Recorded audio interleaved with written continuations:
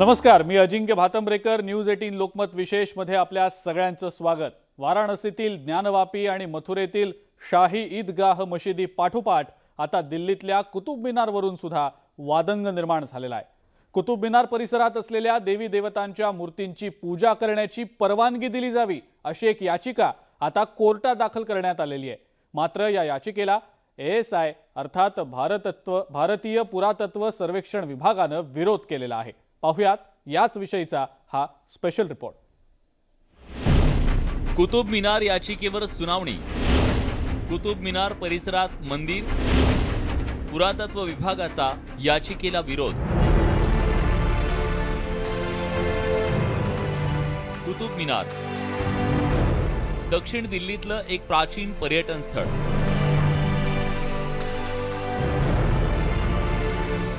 जगभरातील पर्यटक कुतुब मिनार पाहण्यासाठी आवर्जून येतात. विटांचा वापर करून 237.86 फूट उंच आणि 14.3 मीटर व्यासाचा हा मिनार बांधण्यात आलाय. या मिनारमध्ये 379 पायऱ्या आहेत. 1192 मध्ये याची निर्मिती करण्यात आली आहे. युनेस्कोनं जागतिक वारसा म्हणून जाहीर केलेला हा मिनार आता वादात सापडलाय. या मिनार परिसरात असलेल्या हिंदू देवी देवतांची पुनर्स्थापना आणि पूजा करण्याची मागणी करणारी याचिका कोर्टात दाखल करण्यात आली आहे. हरिशंकर जैन यांनी या प्रकरणी कोर्टात याचिका दाखल केली आहे. हिंदू मंदिर था, हिंदू मंदिर कभी समाप्त नहीं होता, देवता कभी समाप्त नहीं होते. सुप्रीम कोर्ट ने कहा हुआ है, इसलिए 800 साल अगर चले भी गए तो हिंदू देवता आज भी जीवित है, उसकी पूजा होनी चाहिए. नंबर 2, वहाँ पर किसी प्रकार की मस्जिद के रूप में प्रयोग नहीं हुआ है 800 साल से. और तीसरा, जो लोअर कोर्ट का जजमेंट है वो तथ्यों के विपरीत है. ज्ञानवापी मशीद पाठोपाठ आता जाणीवपूर्वक अशा प्रकारचे वाद उकरून काढले जात असल्याचा आरोप मुस्लिम समाजाकडून केला जातोय. तसंच डाव्या पक्षांच्या नेत्यांनाही या प्रकरणी टीका केली जातीये. गलत इसलिए है कि अगर इनको ये करना ही था तो 70 साल से आज़ाद हुए देश को इतने दिन हो गए, उसी टाइम शुरू कर देते अपना. बात खत्म थी, कोई कुछ नहीं रोकने वाला था.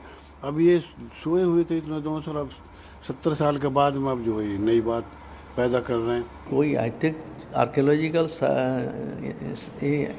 जो बोला है आर्कियोलॉजी डिपार्टमेंट करेक्ट बोला है, और इसको कोई रिलीजन के साथ जोड़ के इसको कम्युनलाइज नहीं करना चाहिए. आई थिंक इसको जो ये कुतुब मीनार हिंदुस्तान का एक आश्चर्य है, जब दुनिया का लोग आके देखते रहते हैं, एक टूरिस्ट स्पॉट है, इसको कम्युनलाइज नहीं करना चाहिए. हरिशंकर जैन यांनी कुतुब मिनार प्रकरणी दाखल केलेल्या याचिकेला ASI अर्थात भारतीय पुरातत्व सर्वेक्षण विभागानं विरोध केलाय. भारतीय पुरातत्व सर्वेक्षण विभागानं दाखल केलेल्या प्रतिज्ञापत्रानुसार 1914 पासून कुतुब मिनारला संरक्षित स्मारकाचा दर्जा देण्यात आला असून त्याची ओळख बदलणं अशक्य आहे.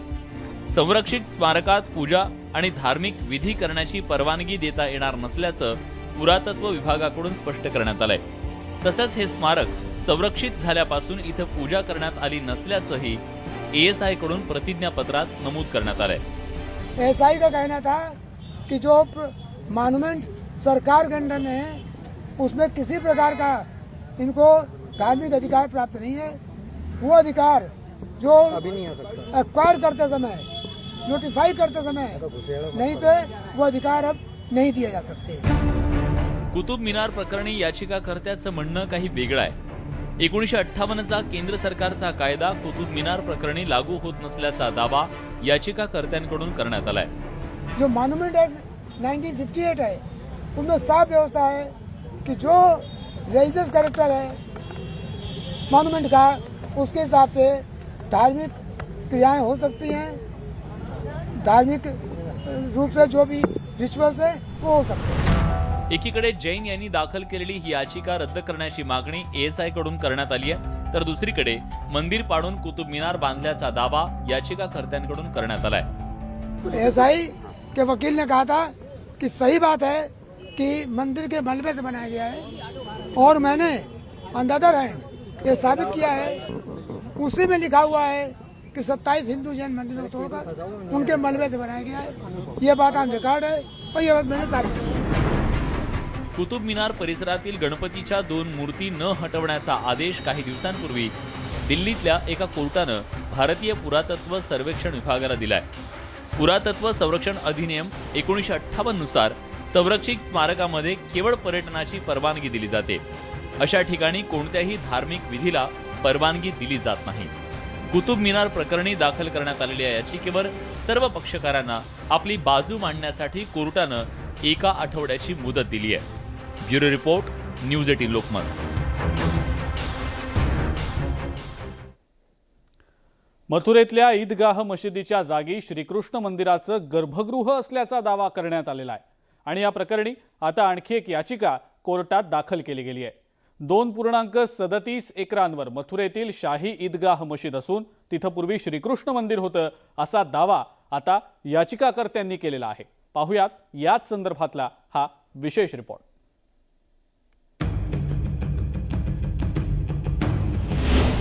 मथुरेतील ईदगाह मशीद प्रकरणी आणखी एक याचिका। मशिदीच्या जागी मंदिराचं गर्भगृह असल्याचा दावा। गर्भगृह तोडून ईदगाह मशीद बांधल्याचा आरोप। मथुरेतील श्रीकृष्ण जन्मभूमीच्या वादात मंगळवारी जिल्हा न्यायालयात आणखी एक याचिका दाखल करण्यात आली आहे। मथुरेतील श्रीकृष्ण जन्मस्थळावर शाही ईदगाह मशीद बांधण्यात आल्याचा दावा याचिकाकर्त्यांकडून जिल्हा दिवाणी न्यायालयामध्ये करण्यात आलाय।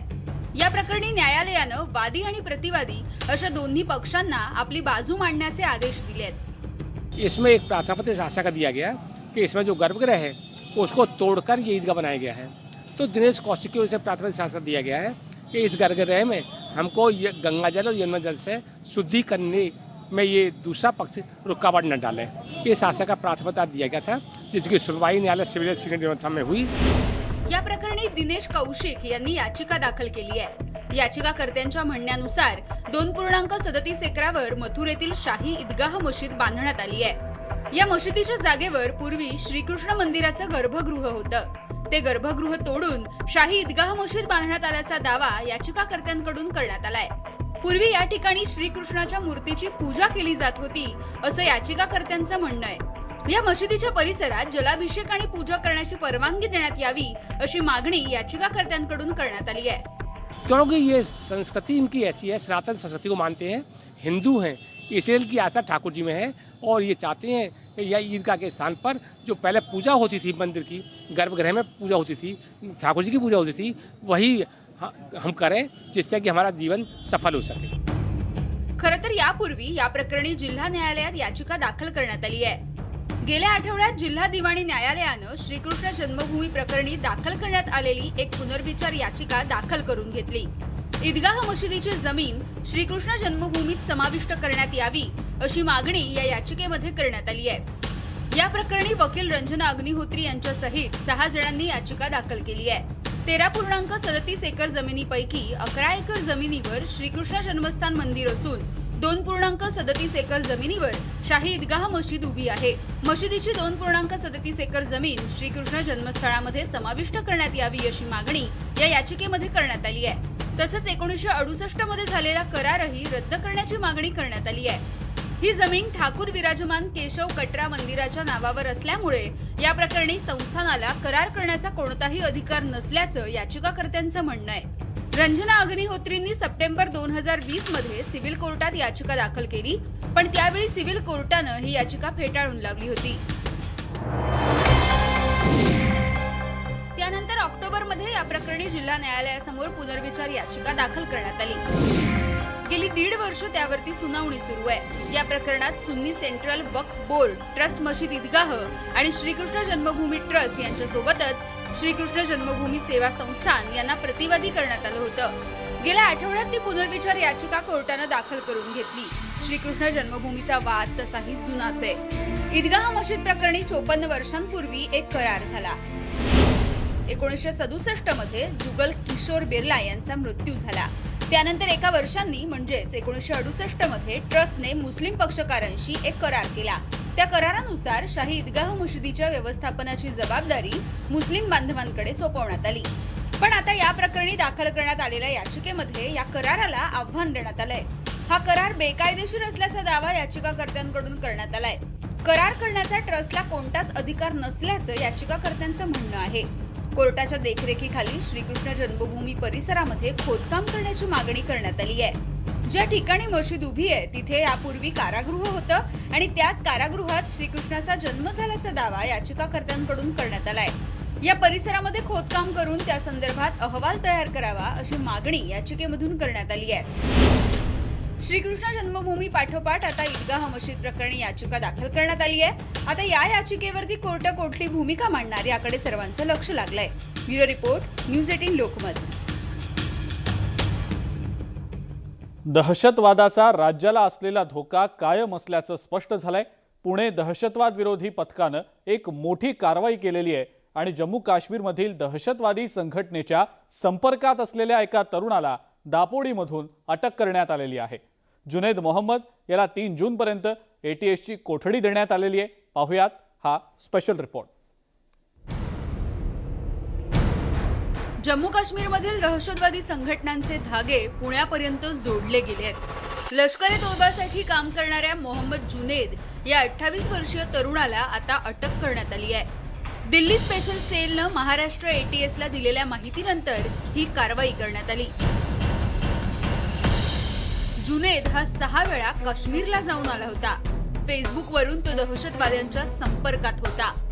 फेसबुक आणि व्हॉट्सअपच्या ग्रुपवरती सतत सिम कार्ड बदलून तो ऍक्टिव्ह होता. नवीन तरुणांची भरती करण्याची त्याच्यावरती जबाबदारी होती. तो 3 जणांच्या संपर्कात होता. शस्त्रास्त्र खरेदीसाठी जुनैद हा फंड गोळा करायचा. त्याने महाराष्ट्रात अनेक ठिकाणी रेकी सुद्धा केली.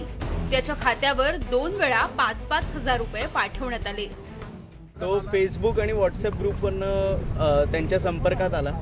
जे आरोपी आहेत, उरलेले जे 2-3 जण आहेत काश्मीरचे, त्यांनी त्याचा ब्रेनवॉश केला आणि त्याला काश्मीरला घेऊन गेले आणि मग इथे आल्यानंतर तो रिक्रूट करायला लागला. पैसे इकडनं गोळा करून रेकी करण्यासाठी, त्याच्यानंतर शस्त्र विकत घेण्यासाठी, दारू गोळा विकत घेण्यासाठी, त्यासाठी तो वापरणार होता, असं रिमांड रिपोर्टमध्ये लिहिलं.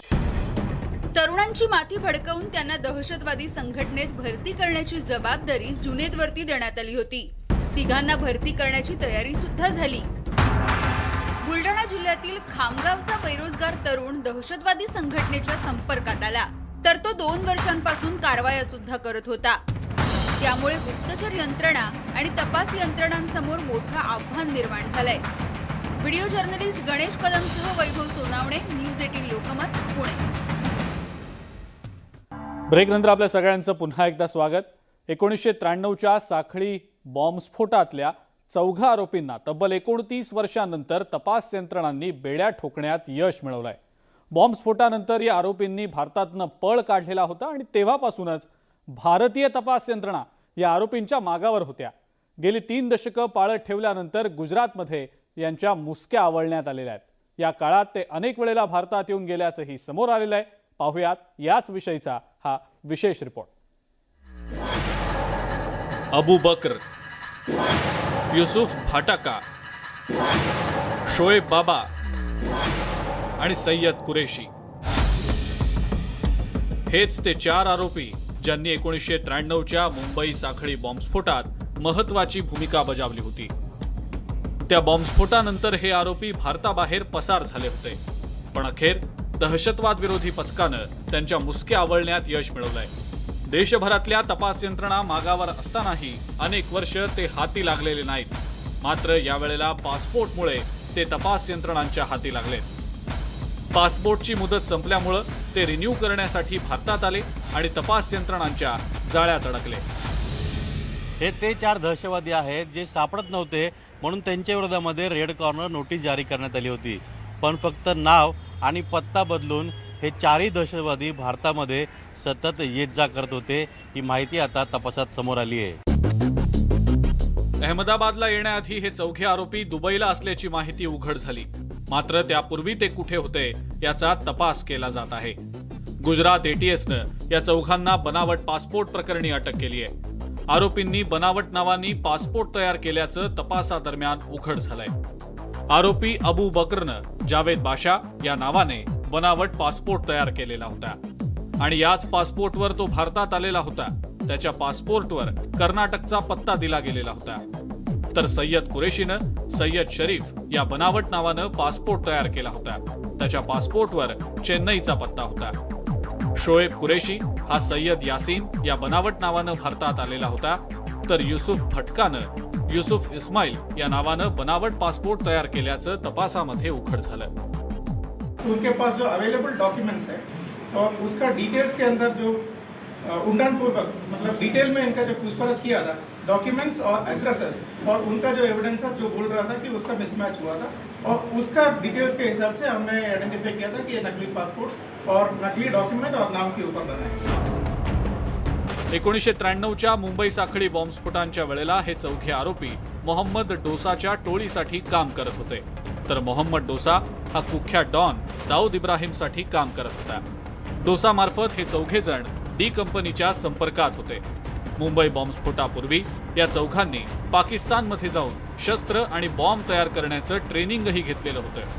1993च्या मुंबई साखळी बॉम्बस्फोटाच्या वेळेला या चौघांनी बॉम्ब तयार केले होते. तसंच मुंबईत महत्त्वाच्या ठिकाणी ते पेरले देखील होते.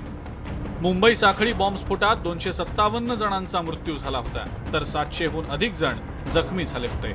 गुजरात एटीएसनं केलेल्या तपासामध्ये हे आरोपी भारतात येण्यासाठी बनावट पासपोर्टचा वापर करत असल्याचं आढळून आलेलं आहे. 93च्या बॉम्बस्फोटानंतर डी कंपनीच्या ते संपर्कात नव्हते. मात्र गेली इतकी वर्ष हे आरोपी कुठे होते आणि ते काय करत होते, भारतात येण्यामागचा त्यांचा उद्देश नेमका काय होता, या सगळ्या प्रश्नांची उकल करण्याचा प्रयत्न सध्या सीबीआय कडून केला जात आहे. अजित मांढरे, न्यूज 18 लोकमत, मुंबई. गोंदिया जिल्ह्यातल्या नक्षलग्रस्त समजल्या जाणाऱ्या देवरी तालुक्यातल्या बोरगाव इथल्या रेशन दुकानदाराकडून गरिबांच्या रेशन धान्यावर डल्ला मारला जात असल्याचा प्रकार समोर आला. आदिवासींच्या तोंडचा घास रेशन दुकानदार हिरावून घेत असल्या कारणानं अशा रेशन दुकानदारांवर कठोर कारवाई करण्यात यावी अशी मागणी आता नागरिक करतायत.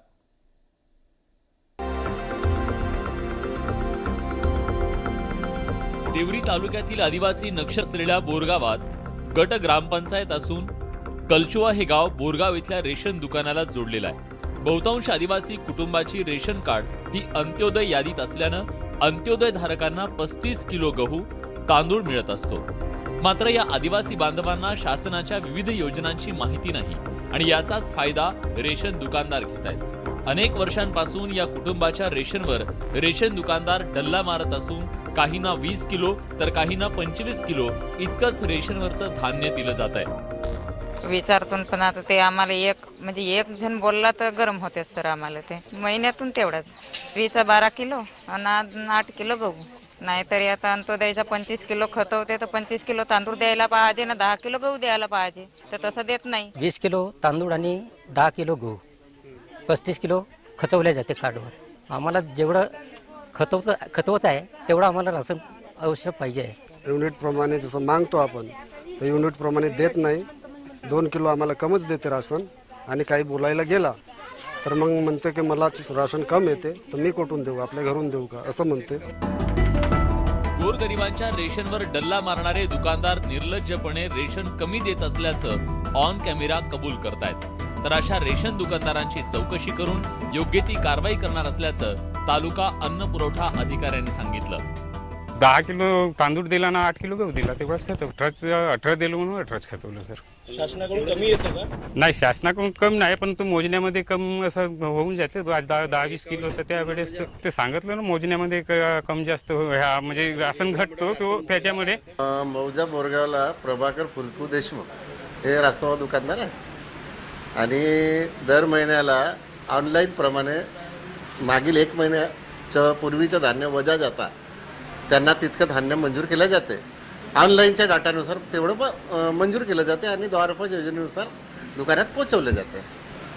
आणि आता जसं मला माहीत पडलं की बा लाभार्थ्यांना कमी धान्य वितरण करत आहे, तर त्या प्रकरणाची आपण सखोल चौकशी करून रास्तवा दुकानदारावर नियमानुसार कारवाईचा प्रस्ताव तहसीलदार साहेबांमार्फत जिल्हा पुरवठा अधिकारी यांच्याकडे पाठवण्यात येईल. गोरगरीब जनतेला अन्नासाठी वणवण फिरावं लागू नये यासाठी सरकारनं विविध योजना आखल्या.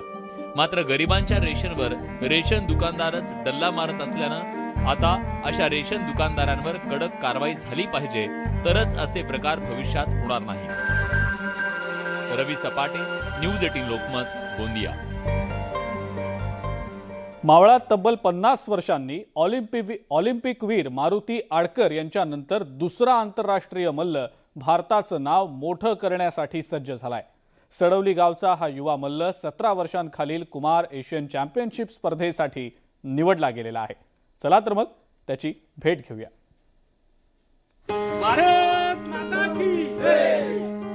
मावळ तालुक्यातल्या सडवली गावात राहणारा हा मल्ल प्रतीक देशमुख 17 वर्षांखालील कुमार एशियन चॅम्पियनशिप स्पर्धेसाठी नवी दिल्लीमध्ये झालेल्या निवड प्रक्रियेत प्रतीकची निवड झाली आहे.